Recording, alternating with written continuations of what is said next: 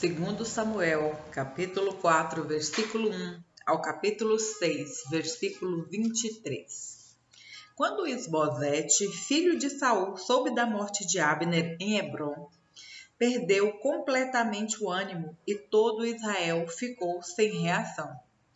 Dois de seus irmãos, Baaná e Recabe, eram capitães dos grupos de ataque de Isbosete. Eram filhos de Rimom, membro da tribo de Benjamim, que vivia em Beerote. A cidade de Beerote fazia parte do território de Benjamim, pois seus habitantes originais fugiram para Gitaim, onde ainda vivem como estrangeiros. Jonatas, filho de Saul, tinha um filho chamado Mefibosete, que ficou aleijado quando era criança. Mefibosete tinha 5 anos quando chegou em Jezreel a notícia de que Saul e Jonatas haviam sido mortos na batalha. Ao ouvir isso, a ama do menino o tomou nos braços e fugiu. Na pressa, porém, deixou-o cair e ele ficou aleijado. Certo dia, Recabe e Baaná, filhos de Rimom e de Beerote, foram à casa de Isbosete por volta do meio-dia, quando ele estava descansando a milhares. Quando ele estava descansando, a mulher que ficava à porta estava peneirando trigo, mas ficou sonolenta e cochilou. Então Recabe e Baaná passaram por elas sem serem notados e entraram na casa, onde encontraram Isbosete dormindo em sua cama. Eles o feriram e o mataram, e depois cortaram sua cabeça.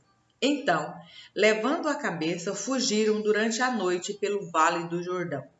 Chegando a Hebrom, entregaram a cabeça de Isbosete a Davi.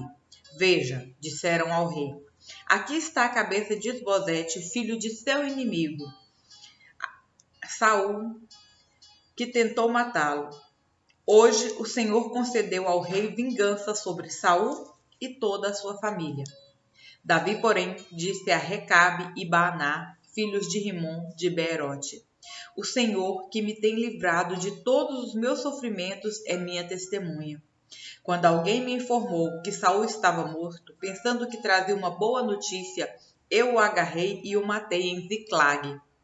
Foi essa a recompensa que recebeu pela notícia. Quanto mais devo recompensar os perversos que mataram um homem inocente em sua própria casa e em sua própria cama? Não devo responsabilizá-los pela morte dele e eliminá-los da face da terra? Então Davi ordenou a seus soldados que o matassem, e assim eles fizeram. Cortaram as mãos e os pés deles e penduraram os corpos junto à represa em Hebrom. Depois pegaram a cabeça de Isbosete e a sepultaram no túmulo de Abner, em Hebrom. Então todas as tribos de Israel vieram a Hebrom para encontrar-se com Davi. Somos do mesmo povo e raça, disseram. No passado, quando Saul era nosso rei, era você que liderava o exército de Israel. E o Senhor lhe disse, você será o pastor de meu povo Israel, será o líder de Israel. Então, ali em Hebrom, o rei Davi fez um acordo diante do Senhor com todas as autoridades de Israel, e elas o ungiram rei de Israel. Davi tinha 30 anos quando começou a reinar, e ao todo reinou por 40 anos. Havia reinado sobre Judá 7 anos e 6 meses, e em Jerusalém reinou sobre todo Israel e Judá por 33 anos. Então o rei partiu com seus soldados para Jerusalém a fim de lutar contra os jebuseus que viviam naquele lugar. Os jebuseus zombavam de Davi. Você jamais entrará aqui. Até os cegos e aleijados são capazes de impedi-lo. Diziam isso porque imaginavam estar seguros. Mas Davi tomou a fortaleza de Sião, que hoje é chamada de Cidade de Davi. No dia do ataque, Davi disse a seus soldados, odeio esses jebuseus, cegos e aleijados. Quem os atacar deve entrar na cidade pelo túnel da água. Essa é a origem do ditado, os cegos e os aleijados não entrarão na casa. Então Davi foi morar na fortaleza de Sião e a chamou de cidade de Davi. Ampliou a cidade desde o aterro até a parte interna. Davi foi se tornando cada vez mais poderoso, pois o Senhor, o Deus dos exércitos, estava com ele. Hirão, rei de Tiro, enviou a Davi mensageiros com madeira de cedro, carpinteiros e pedreiros, que construíram um palácio para Davi. E Davi compreendeu que o Senhor o havia confirmado como rei sobre Israel e exaltado seu reino por causa de seu povo Israel. Depois de mudar-se de Hebrom para Jerusalém, Davi tomou mais concubinas e esposas e teve mais filhos e filhas. Estes são os nomes dos filhos de Davi que nasceram em Jerusalém: Samua, Sobabe, Natã, Salomão, Ibá, Elisua, Nefeg, Jafia, Elisama, Eliada e Elifelete. Quando os filisteus souberam que Davi tinha sido ungido rei de Israel, mobilizaram suas tropas para capturá-lo. Davi, porém, foi informado disso e desceu para a fortaleza. Os filisteus chegaram e se espalharam pelo vale de Refaim. Então Davi perguntou ao Senhor: devo sair e lutar contra os filisteus? Tu os entregarás em minhas mãos? O Senhor respondeu a Davi: sim, vá, pois eu certamente os entregarei em suas mãos. Então Davi foi a Baal-Perazim e ali derrotou os filisteus e exclamou: o Senhor irrompeu no meio de meus inimigos com uma violenta inundação. Por isso chamou aquele lugar de Baal-Perazim. Davi e seus homens levaram os ídolos que os filisteus haviam abandonado ali. Pouco tempo depois, os filisteus voltaram a se espalhar pelo vale de Refaim. Mais uma vez, Davi consultou o Senhor. Não os ataque pela frente, respondeu o Senhor. Em vez disso, dê a volta por trás deles e ataque-os perto dos álamos. Quando ouvir um som como de pés marchando por cima dos álamos, ataque. É o sinal de que o Senhor vai à sua frente para derrotar o exército filisteu. Davi fez como o Senhor ordenou e derrotou os filisteus por todo o caminho, desde Gibeon até Gezer. Davi reuniu novamente todos os melhores guerreiros de Israel, 30.000 ao todo. Partiu com eles para Baalá de Judá, a fim de buscar a arca de Deus, junto à qual era invocado o nome do Senhor dos Exércitos, que está entronizado entre os querubins. Puseram a arca de Deus num carro novo e a levaram da casa de Abinadab, que ficava no monte. Saindo da casa, Uzá e Aiô, filhos de Abinadab, a carroça nova que transportava a arca de Deus. Puseram a arca de Deus num carro novo e a levaram da casa de Abinadab, que ficava no monte. Saindo da casa, Uzá e Aiô, filhos de Abinadab, a carroça nova que transportava a arca de Deus. Aiô estava à frente da arca. Davi e todo o povo de Israel celebravam diante do Senhor, entoando cânticos e tocando todo tipo de instrumentos musicais, liras, harpas, tamborins, chocalhos e címbalos. Quando chegaram à eira de Nacon, os bois tropeçaram e Uzá estendeu a mão e segurou a arca. A ira do Senhor se acendeu contra Uzá, e Deus o feriu por causa disso. E ele morreu ali mesmo, ao lado da arca de Deus.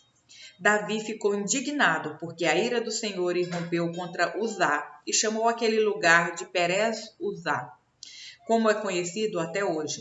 Davi teve medo do Senhor e perguntou: como poderei levar a arca do Senhor? Então resolveu não transferir mais a arca do Senhor para a cidade de Davi. Em vez disso, levou-a para a casa de Obed-edom, na cidade de Gate. A arca do Senhor ficou na casa de Obed-edom, em Gate, por 3 meses. E o Senhor abençoou Obed-edom e toda a sua família. Disseram ao rei Davi: o Senhor tem abençoado a família de Obed-edom e tudo o que ele possui que ele possui por causa da arca de Deus. Então Davi foi até lá e com grande festa levou a arca de Deus da casa de Obed-edom para a cidade de Davi. Quando os homens que carregavam a arca do Senhor davam 6 passos, Davi sacrificava um boi e um novilho gordo. Davi usava um colete sacerdotal de linho e dançava diante do Senhor com todas as suas forças. Assim, Davi e todo o povo de Israel levaram a arca do Senhor com gritos de alegria e ao som de trombetas. Enquanto a arca do Senhor entrava na cidade de Davi, Mical, filha de Saul, olhava pela janela. Quando viu o rei Davi saltando e dançando diante do Senhor, encheu-se de desprezo por ele. Trouxeram a arca do Senhor e a colocaram em seu lugar, dentro de uma tenda especial que Davi tinha preparado para ela. E Davi ofereceu ao Senhor holocaustos e ofertas de paz. Depois que terminou de oferecer os sacrifícios, abençoou o povo em nome do Senhor dos Exércitos. Para cada homem e mulher israelita na multidão, ele deu um pão, um bolo de tâmaras e um bolo de passas. Então todos voltaram para casa. Quando Davi voltou para casa a fim de abençoar sua família, Mical, filha de Saul, saiu ao encontro dele e disse: Como o rei de Israel se mostrou digno de honra hoje, exibindo-se sem qualquer vergonha diante das servas, como um homem vulgar. Davi respondeu a Mical: Eu dançava diante do Senhor, que me escolheu em lugar de seu pai e de toda a sua família. Ele me nomeou líder de Israel, o povo do Senhor, por isso continuarei a celebrar diante do Senhor. Estou disposto a me tornar ainda mais desprezível e até mesmo a ser humilhados aos meus próprios olhos. Mas as servas que você mencionou certamente me considerarão digno de honra. E Mical, filha de Saul, não teve filhos até o final de sua vida. João, capítulo 13, versículo 31 ao capítulo 14, versículo 14. Assim que Judas saiu, Jesus disse: Chegou a hora de o Filho do Homem ser glorificado, e por causa dele, Deus será glorificado. Uma vez que Deus recebe glória por causa do Filho, ele dará ao Filho sua glória, de uma vez por todas. Meus filhos, estarei com vocês apenas mais um pouco. E, como eu disse aos líderes judeus, vocês me procurarão, mas não poderão ir para onde eu vou. Por isso agora eu lhes dou um novo mandamento. Amem uns aos outros. Assim como eu os amei, vocês devem amar uns aos outros. Seu amor uns pelos outros provará ao mundo que são meus discípulos. Simão Pedro perguntou: Para onde o Senhor vai? Jesus respondeu: Para onde vou, vocês não podem ir agora, mas me seguirão mais tarde. Senhor, por que não posso ir agora? Perguntou ele. Estou disposto a morrer pelo Senhor. Morrer por mim? Disse Jesus. Eu lhe digo a verdade, Pedro. Antes que o galo cante, você me negará 3 vezes. Não deixem que seu coração fique aflito. Creiam em Deus. Creiam também em mim. Na casa de meu pai há muitas moradas. Se não fosse assim, eu lhes teria dito: Vou preparar lugar para vocês. E, quando tudo estiver pronto, virei buscá-los, para que estejam sempre comigo onde eu estiver. Vocês conhecem o caminho para onde vou. Não sabemos para onde o Senhor vai, disse Tomé. Como podemos conhecer o caminho? Jesus disse: Eu sou o caminho, a verdade e a vida. Ninguém pode vir ao Pai senão por mim. Se vocês realmente me conhecessem, saberiam quem é meu Pai. Mas de agora em diante vão conhecer e ver o Pai. Filipe disse: Senhor, mostre-nos o Pai e ficaremos satisfeitos. Jesus respondeu: Filipe, estive com vocês todo esse tempo e você ainda não sabe quem eu sou? Quem me vê, vê o Pai. Então, por que me pede para mostrar o Pai? Você não crê que eu estou no Pai e o Pai está em mim? As palavras que eu digo não são minhas, mas de meu Pai, que permanece em mim e realiza suas obras por meu intermédio. Apenas creiam que eu estou no Pai e que o Pai está em mim. Ou creiam, pelo menos por causa das obras que vocês me viram realizar. Eu lhes digo a verdade: quem crê em mim fará as mesmas obras que eu tenho realizado, e até maiores, pois eu vou para o Pai. Vocês podem pedir qualquer coisa em meu nome, e eu o farei, para que o Filho glorifique o Pai. Sim, peçam qualquer coisa em meu nome, e eu o farei. Salmos, capítulo 119, versículos 17 ao 32. Trata teu servo com bondade, para que eu viva e obedeça a tua palavra. Abre meus olhos para que eu veja as maravilhas de tua lei. Sou estrangeiro na terra, não escondas de mim teus mandamentos. Tenho sempre intenso desejo por teus estatutos. Tu repreende os arrogantes, são malditos os que se desviam de seus mandamentos. Não permitas que zombem de mim e me desprezem, pois tenho obedecido a teus preceitos. Até os príncipes se reúnem e falam contra mim, mas eu meditarei em teus decretos. Tenho prazer em teus preceitos, eles me dão conselhos sábios.